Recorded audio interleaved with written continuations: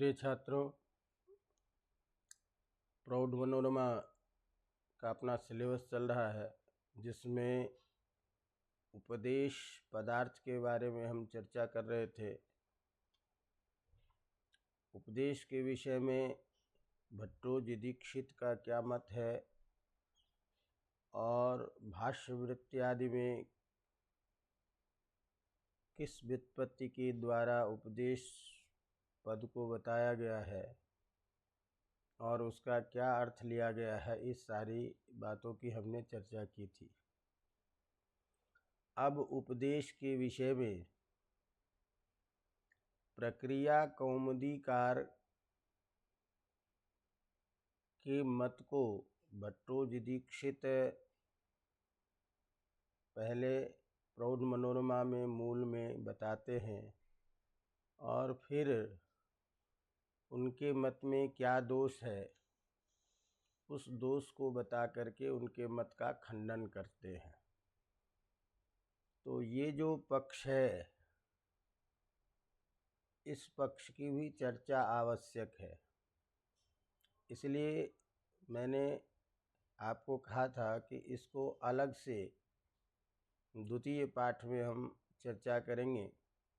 तो वह जो उपदेश के विषय में हमारा शेष रह गया था, उसकी चर्चा करते हैं। तो प्रौढ़ मनोरमा में मूल में यत्तु इस पद के द्वारा, अर्थात जो लोग में प्रक्रिया कौमुदीकार का जो मत है उसको उठा करके यहाँ चर्चा प्रारंभ कर रहे हैं। तो मूल बात क्या है कि प्रक्रिया कौमुदीकार ने उपदेश किसे कहते हैं, इसको बताने के लिए उन्होंने कारिका दी, और वो कारिका प्रायः सभी जानते हैं। कारिका है धातु सूत्र गणोनादि वाक्य लिंगानुशासनम आगम प्रत्ययादेशाः उपदेशाः प्रकीर्तिताः। ये कारिका है, ये श्लोक है। तो इस श्लोक में प्रक्रिया कौमुदीकार ने पहली जो पंक्ति है, पहला जो आधा भाग है, धातु सूत्र गणोनादि वाक्य लिंगानुशासनम, इसमें धातु सूत्र गण उनादि वाक्य लिंगानुशासन ये जो चीज़ें हैं आधे, इसमें तो अलग व्युत्पत्ति मानते हैं। करण व्युत्पत्ति के द्वारा उपदिश्यते अनेन, इस करण व्युत्पत्ति के द्वारा उपदेश पद की व्याख्या करके और करण के रूप में धातु सूत्र आदि को लेते हैं। और आधा जो उत्तरार्ध भाग है, आगम प्रत्यय आदेश, इसके लिए वो उपदेश पद में कर्म व्युत्पत्ति करते हैं, उपदिश्यते असौ उपदेशः। तो इस तरह से इस कारिका को पढ़ कर के आधे में करण व्युत्पत्ति के द्वारा उपदेश पद की सिद्धि करते हैं और आधे में कर्म व्युत्पत्ति के द्वारा। इसका मतलब ये हुआ कि एक ही उपदेश शब्द में करण व्युत्पत्ति भी मानते हैं और कर्म व्युत्पत्ति भी मानते हैं। एक ही शब्द से दो प्रकार के अर्थ को बताते हैं। यह जो मत है, यह मत ठीक नहीं है। क्यों ठीक नहीं है, इन सारी बातों की चर्चा यहाँ प्रौढ़ मनोरमा में कर रहे हैं। तो उसी बात को मूल में लिखते हैं, यत्तु धातु सूत्रेत्यादि पठन्ति।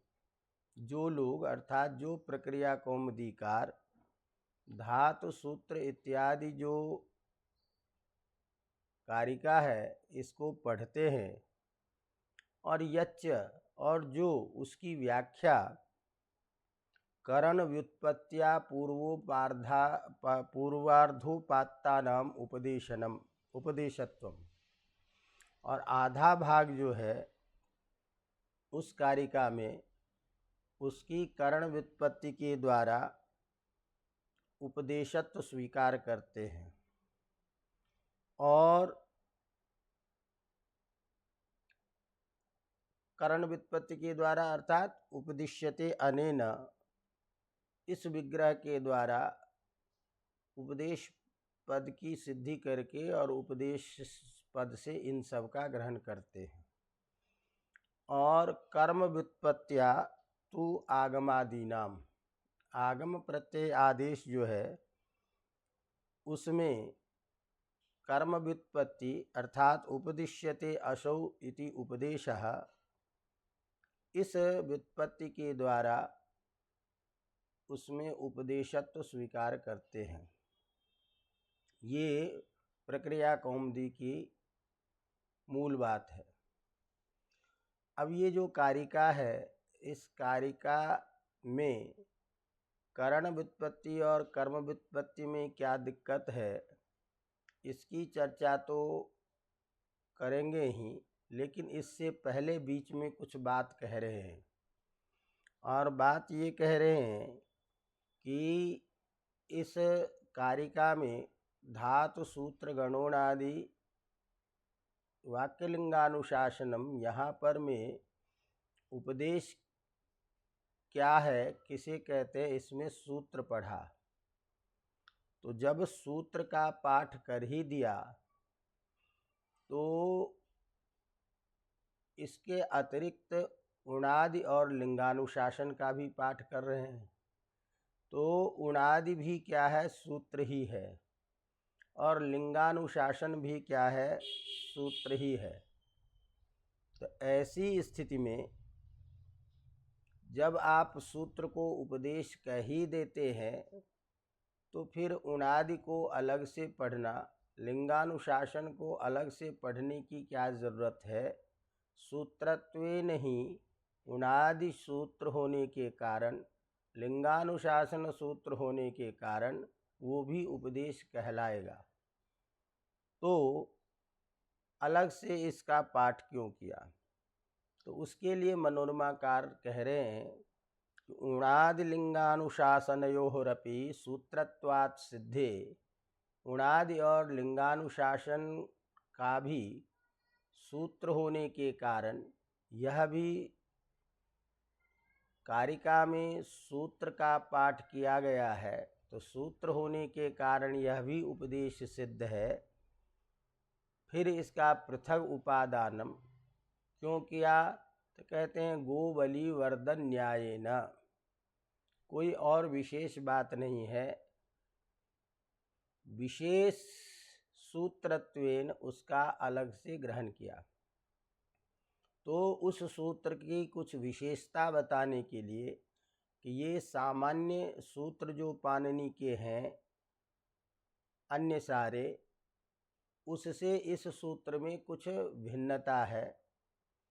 तो उणादि जो सूत्र है वो समस्त लौकिक प्रक्रिया के शब्दों को सिद्ध करने के लिए एक अनुशासन किया गया है।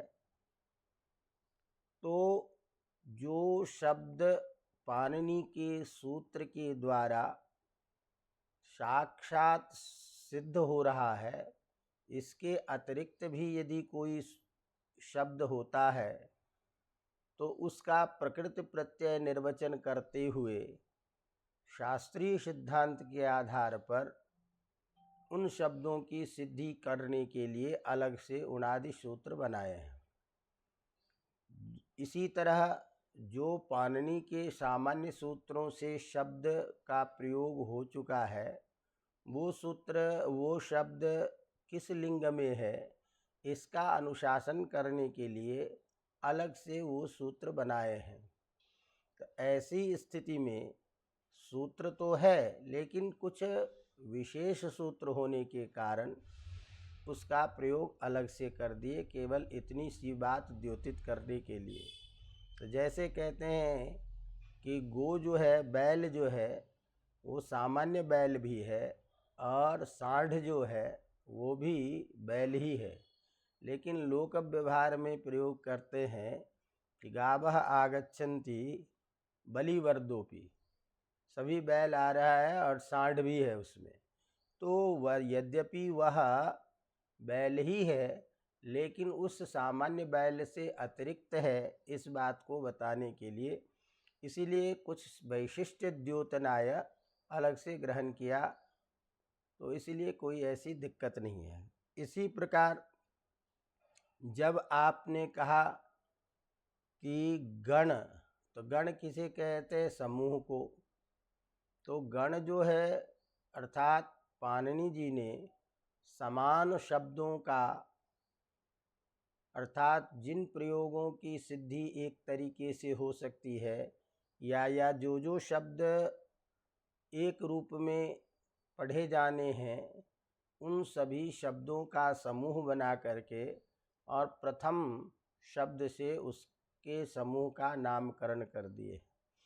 जैसे हमने कहा सर्व, विश्व, उभय इत्यादि जितने शब्द हैं उसको एक समूह बना करके पहला शब्द सर्व है तो उसका नाम दे दिया सर्वादिगण। इसी तरह से च आदि है तो चादिगण। तो इसी तरह से ये धातु जो है यह गणपाठ के अंतर्गत आता है।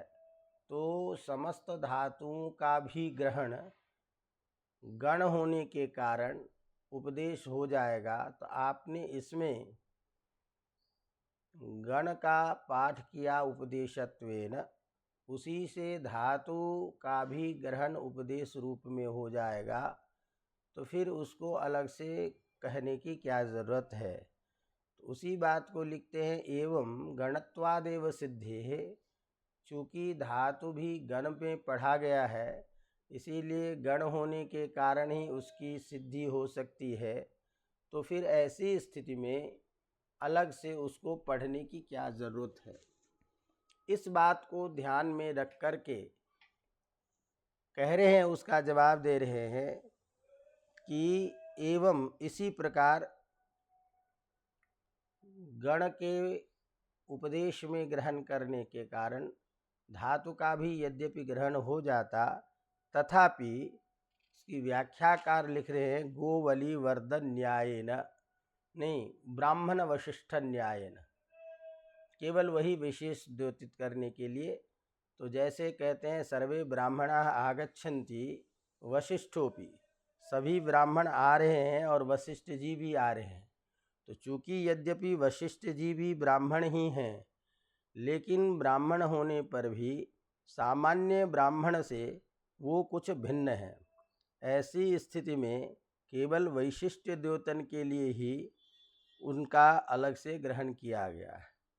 बिल्कुल ठीक इसी तरह से यद्यपि गणपाठ में अन्य शब्द भी लिए जाते हैं, लेकिन धातु को पृथक वैशिष्ट बनाने के लिए, बताने के लिए, क्योंकि समस्त शब्दों की सिद्धि धातु से ही होती है, इसीलिए धातु को विशेष बताने के लिए यहाँ पृथक से उपादान किए हैं। तो विशेष और कोई बात नहीं है, केवल कुछ अन्य गणों की अपेक्षा धातु में वैशिष्ट को बताने के लिए उसका ग्रहण करते हैं। अवगतम? चलिए, ये तो एक मूल बात आ गई।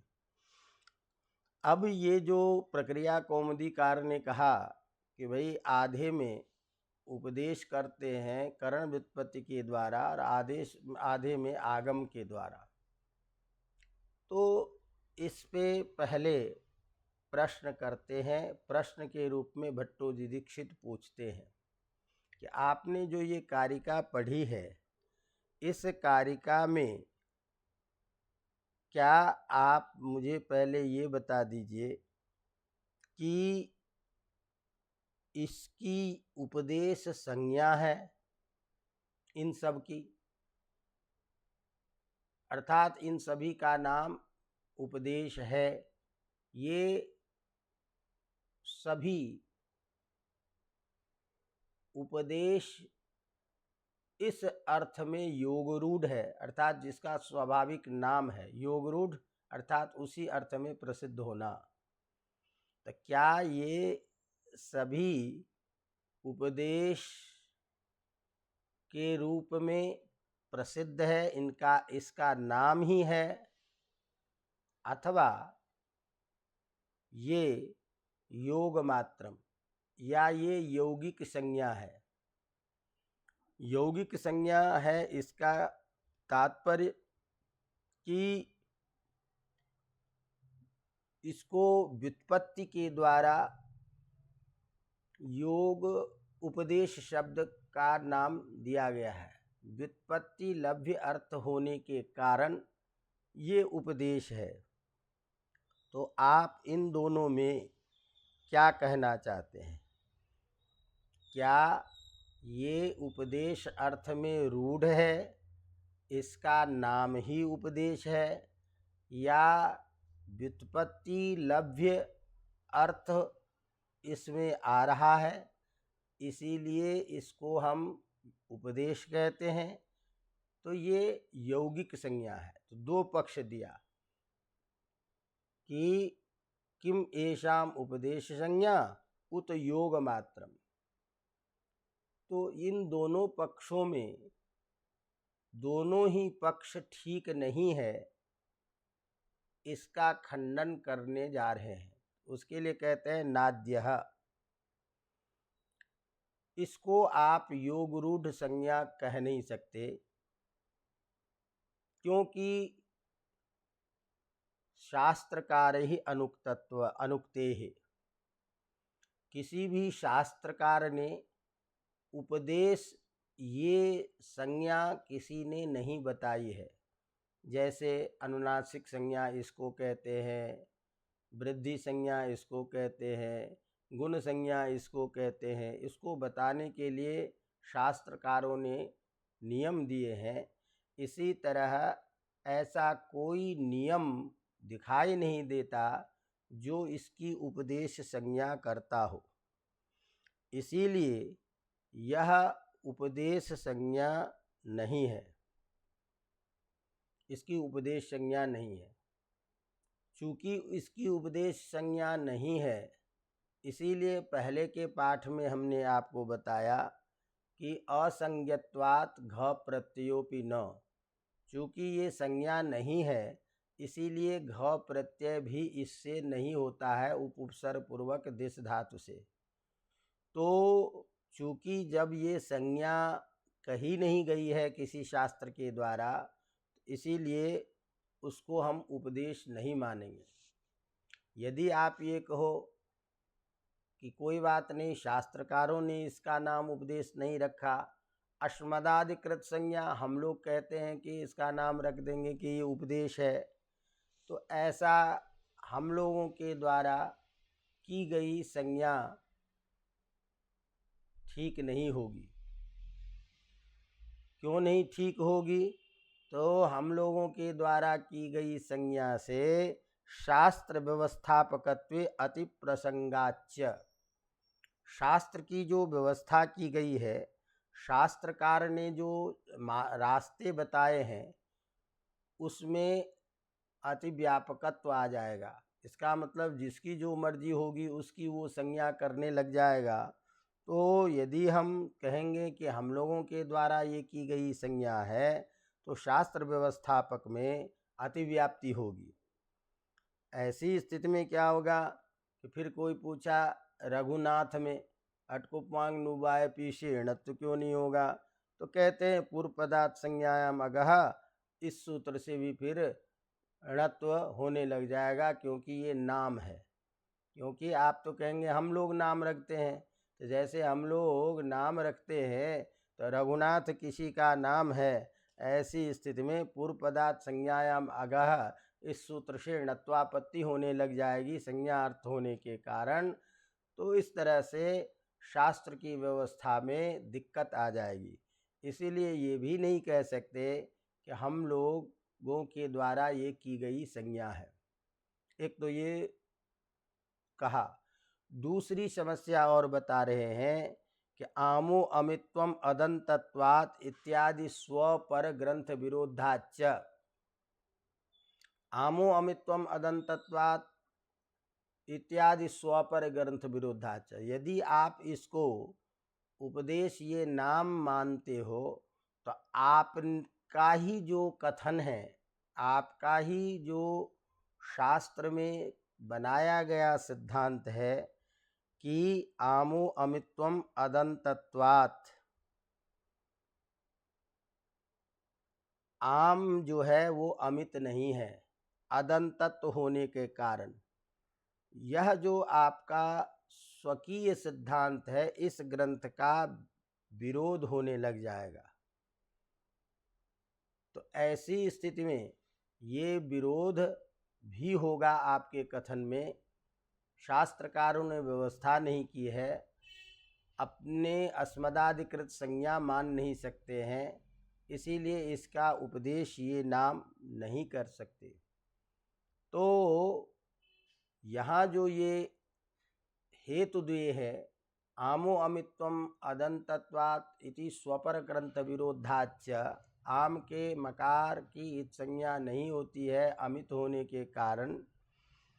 तो क्योंकि ये अदंत है, यह जो कथन है ये कथन थोड़े से समझने की है।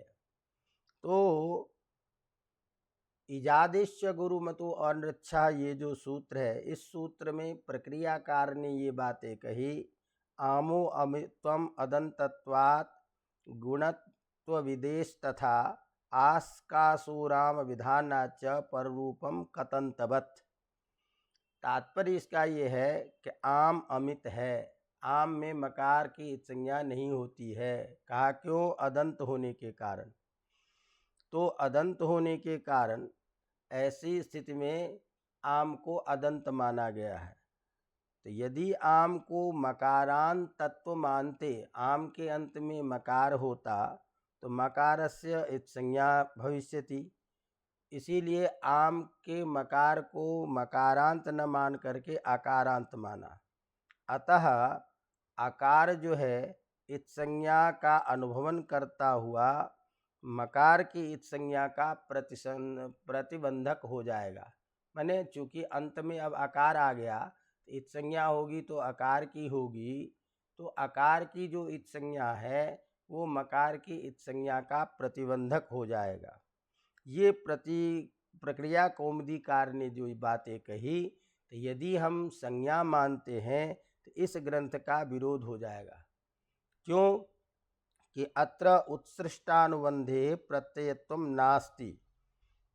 क्योंकि आम में जो है वो प्रत्ययत्व जो है अनुबंध को छोड़ करके रखा नहीं गया है। आम आकार अनुबंध को छोड़ करके उत्सृष्टानुबंधत्वे, यदि आम के अनुबंध को उत्सृष्ट कर दे, हटा दे, तो अनुबंध को हटाने के बाद वह अनुबंध प्रत्यय नहीं रहेगा। अब प्रत्यय नहीं होगा तो उसकी इत्संज्ञा नहीं होगी। ऐसी स्थिति में आकार की इत्संज्ञा हो जाने पर भी आम को जब प्रत्ययत्व मानते हो तो आकार हटने पर भी आम की चूँकि संज्ञा आपने कर दी तो संज्ञा तो उसमें रहेगा ही, तो आम के मकार की इत्संज्ञा होने लग जाएगी। तो चूँकि नाम होने पर तो आकार हटने पर भी तो आम प्रत्यय ही रहेगा, और प्रत्यय रहेगा तो इसलिए प्रत्ययत्वेन वह उपदेश होगा। उपदेश हो जाने से इसकी इत्संज्ञा हो जाएगी। ऐसी स्थिति में आपने जो कहा कि आम के मकार की इत्संज्ञा नहीं होती है क्योंकि अदंत होने के कारण, तो संज्ञा मानने पर ये भी दिक्कत हो जाएगी। इसीलिए आपके ही ग्रंथ का विरोध हो जाएगा। इसीलिए ये इसकी उपदेश संज्ञा है, ये कह नहीं सकते हैं। दूसरा भी दोष उपस्थापित करते हुए कहते हैं कि यदि आम के मकार, यदि इन सब का नाम उपदेश रखेंगे तो प्रत्यय विधौ पंचम्याः षष्ठी प्रकल्पकत्वे सनः शनेवादेशो अस्तु इत्याशंक्य उपदेशाभावात् इत्संज्ञा न स्यादिति भाष्य कय्यटोक्तम व्याकुप्येत। इतनी ही बात नहीं है। यदि इन सब का नाम उपदेश रख देंगे तो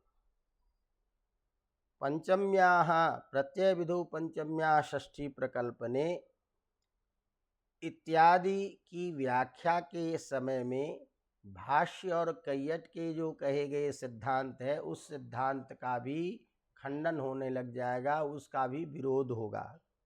तात्पर्य क्या है कि प्रत्यय विधानी पंचम्याः, इस से क्या होता है कि पंचमी के से परे जो कोई भी शब्द होता है उसमें षष्ठी की कल्पना करते हैं। जैसे मान लीजिए गुप तिज किद्भ्यः सन, तो गुप तिज किद्भ्यः इसमें पंचमी है, और इस पंचमी के बाद में जो सन है वो उसमें षष्ठी की प्रकल्पना कर देते हैं, और षष्ठी की प्रकल्पना करके अर्थ करते हैं सन के स्थान पर सन ही आदेश होगा।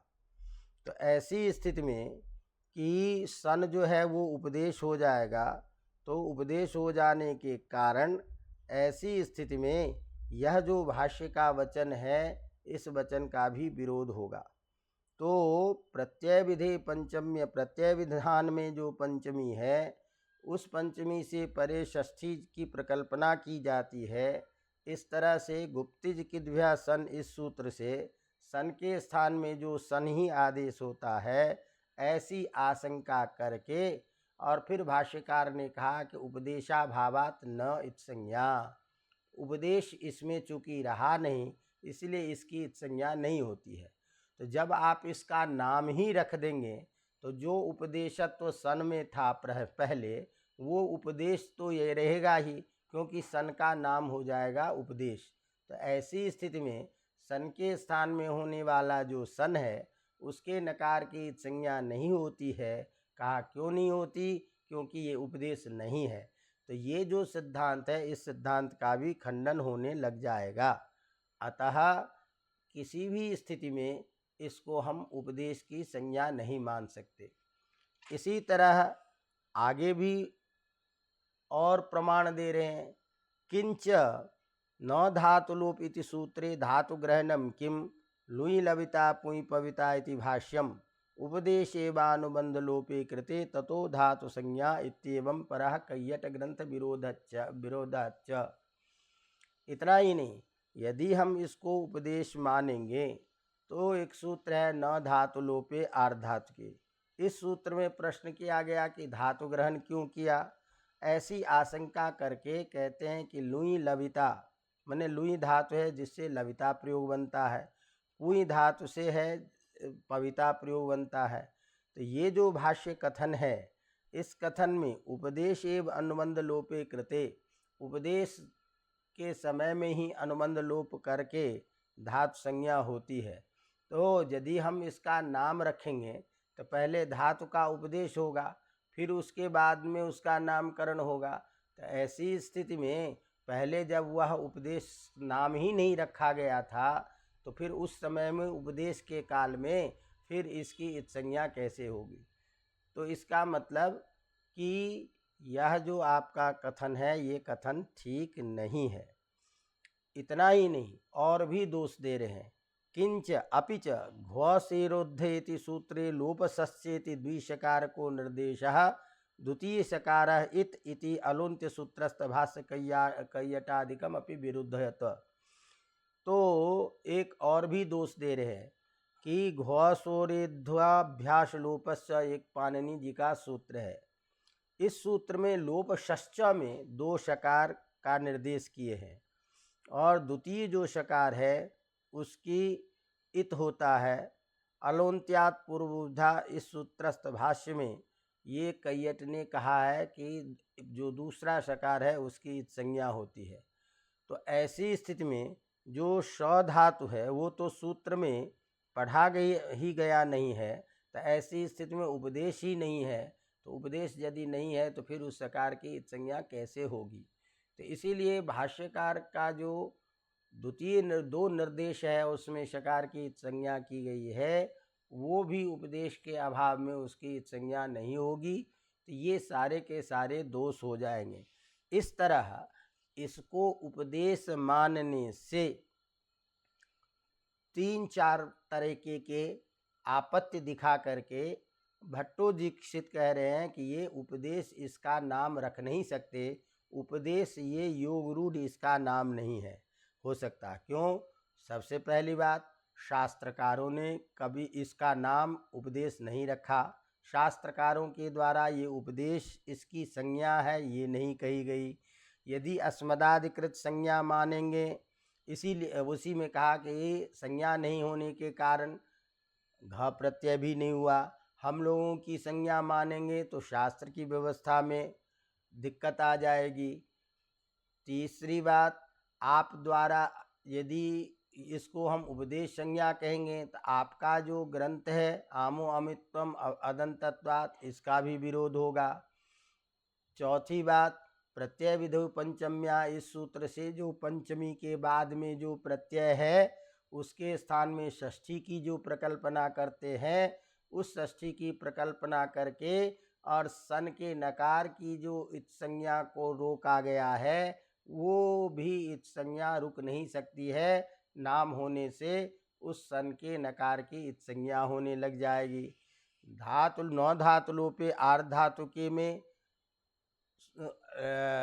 यकार को जो कहा गया है कि उपदेश काल में ही इसकी इत संज्ञा होती है, तो चूंकि उपदेश काल में उसकी इत संज्ञा थी नहीं, नाम उसका उपदेश रखा नहीं गया था, क्योंकि धातु पाठ होने के बाद में भूवादेव धातु से पहले उपदेश करते फिर धातु संज्ञा करते हैं। तो उपदेश काल में जब वो उसका धातु नाम ही नहीं था तो इसकी इत संज्ञा करने की जो बात की गई है उस सिद्धांत का भी विरोध हो जाएगा। घ्वसोरेधाभ्यास लोप सस्य में जो द्वितीय शकार के निर्देश किया गया है उस शकार का भी इत संज्ञा नहीं हो पाएगी, क्योंकि धातु पाठ में उसका पाठ ही नहीं है। तो ये सारे बहुत दोषग्रस्तत्वात्, अनेक दोष से ग्रसित होने के कारण हम इसको ये नहीं कह सकते कि ये उपदेश इसकी संज्ञा है। तो अब प्रथम पक्ष तो स्वीकार कर नहीं सकते, फिर बचा दूसरा कि चलो भाई उपदिश्यते, इस व्युत्पत्ति के द्वारा हम क्या करेंगे कि व्युत्पत्ति लभ्य होने के कारण इन सब से ये साधन के रूप में है, इसीलिए इसको उपदेश कहते हैं। तो कहते हैं कि जब आप यौगिक ही अर्थ स्वीकार करेंगे तो फिर यौगिक तो जहाँ जहाँ भी अर्थ घटेगा वो सभी उपदेश पद से अपने आप गृहीत हो जाएंगे। तो उसके लिए अलग से ये गिनती करने की क्या ज़रूरत थी कि ये उपदेश है, ये उपदेश है, ये उपदेश है, ये अलग से परिगणन करने की फिर कोई ज़रूरत नहीं है। क्योंकि यौगिक है तो जहाँ कहीं भी व्युत्पत्ति लभ्य स्वरूप प्राप्त होगा वो उपदेश कहलाएगा, तो धातु भी उपदेश होगा, सूत्र भी उपदेश हो जाएगा। ये सभी उपदेश जो है यौगिक के द्वारा स्वतः गृहीत हो जाएंगे, इसके लिए परिगणन करने की आवश्यकता नहीं है। अतः लिखते हैं मूल में न द्वितीयः, क्योंकि यदि आप इसको योग मात्र स्वीकार करते हैं, योग के द्वारा यौगिक अर्थ लेते हैं, तो यौगिक अर्थ लेने पर इस सब का परिगणन करना कोई आवश्यक नहीं है, तो परिगणन ही आपका व्यर्थ है। अतः न तो हम इसकी योग रूढ़ संज्ञा मान सकते हैं इन सब की, न यौगिक के द्वारा इस पाठ का कोई औचित्य दिखाई देता है, इसलिए आपका ये दोनों ही पक्ष ठीक नहीं है। अब आपने कहा कि आधे भाग को तो हम करण व्युत्पत्ति के द्वारा करते हैं और आधे भाग को हम कर्म व्युत्पत्ति के द्वारा उपदेश सिद्ध करते हैं। ये कथन भी ठीक नहीं है, क्योंकि धात्वादिषु करण व्युत्पत्ति ही आगमादिषु न इति वैषम्यस्य दुरुपपादत्वाच्च, ये मूल उत्तर है कि आपने आधे पार्ट में तो कहा कि करण व्युत्पत्ति और आधे भाग में आगम आदि में आपने उसको करण व्युत्पत्ति को नहीं माना।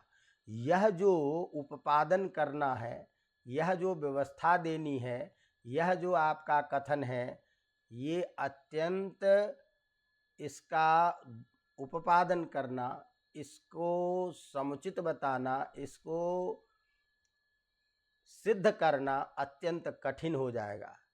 कहा ये जो आपने अलग अलग विषमता रखी है ये दुरुपपाद है। कहा क्यों दुरुपपाद है भाई?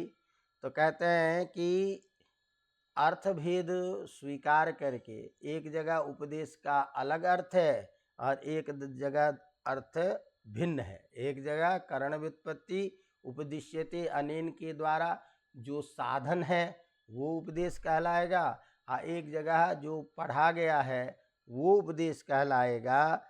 इस कर्म और करण व्युत्पत्ति को लेकर के भेद उपादन करना ये अत्यंत कठिन हो जाएगा।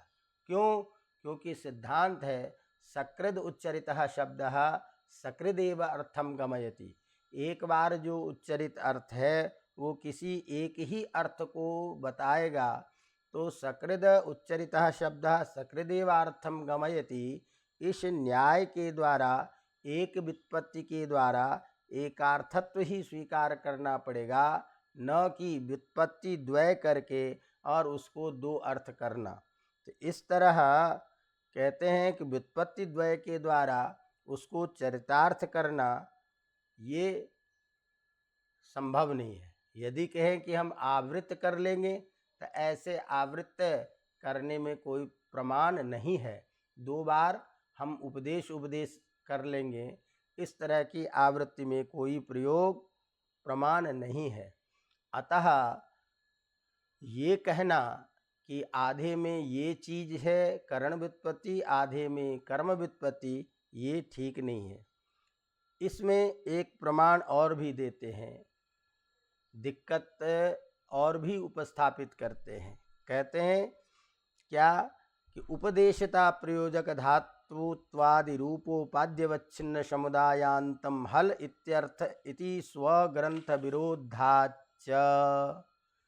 इसीलिए कहते हैं कि धात्वर्थे उपदेश पदम यौगिक संज्ञा, धातु आदि जो अर्थ है इसमें उपदेश पद की यौगिक संज्ञा मानेंगे। अर्थात उपदिश्यते अनेन, इस योग रूढ़ व्युत्पत्ति के द्वारा धात्वादि रूप जो उपदेश है उसको करणभूत, तस्मात् उपदेश इति स्वीक्रियते।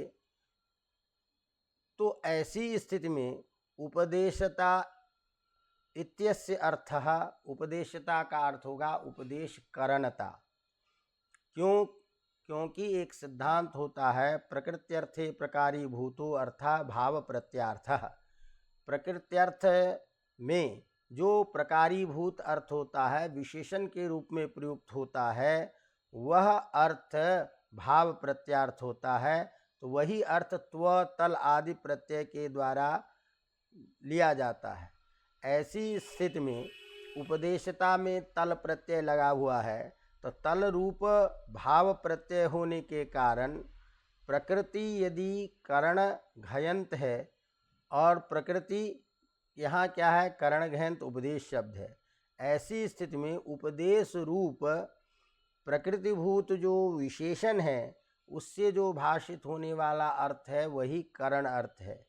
इसलिए इस प्रकार के उपदेश करणता का जो प्रयोजक है धातु आदि, वह धातु आदि प्रक्रिया कौमुदीकार के मत में जो स्वीकार किया गया है वो ठीक नहीं है। क्योंकि धातु धातुत्वेन उपदेश है, प्रत्यय प्रत्ययत्वेन उपदेश है, सूत्र सूत्रत्वेन उपदेश है, न कि करणत्वेन। तो करण रूप में जब उपदेश है ही नहीं, तो उपदेशता करण रूपोपाद्यवच्छिन्न समुदायांतम हल, इस प्रकार का जो ये अर्थ किया गया है ये अर्थ भी ठीक नहीं है। तो तात्पर्य सीधा सीधा मतलब ये हुआ कि यदि हम करण व्युत्पत्ति मानेंगे तो धातु आदि को जो में उपदेश करणता आएगी, साधनता आएगी, साधनता के कारण वह उपदेश है, ऐसी बात नहीं है। धातु धातुत्वेन उपदिष्ट है, सूत्र सूत्रत्वेन उपदिष्ट है, इसलिए करणता का प्रयोजक वो नहीं होगा।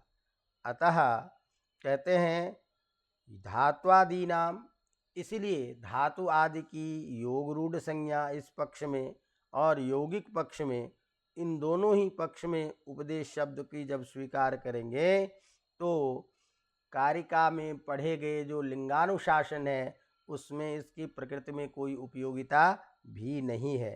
अतः किसी भी परिस्थिति में यह करण व्युत्पत्ति के द्वारा या कर्म व्युत्पत्ति के द्वारा इसको स्वीकार करना उचित नहीं है। अतः प्रक्रियाकार का ये दोनों ही पक्ष ठीक नहीं है।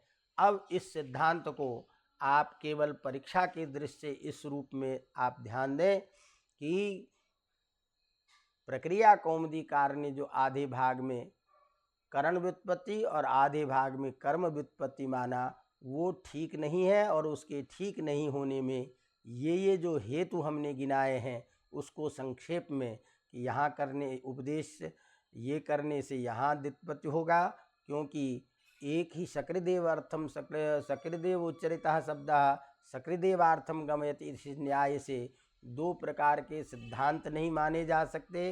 दूसरी बात, उपदेशता का अर्थ होगा उपदेश करणता, और उपदेश करणता करणत्वेन धातु इत्यादि को उपदेश मानना पड़ेगा, जो कि उचित नहीं है।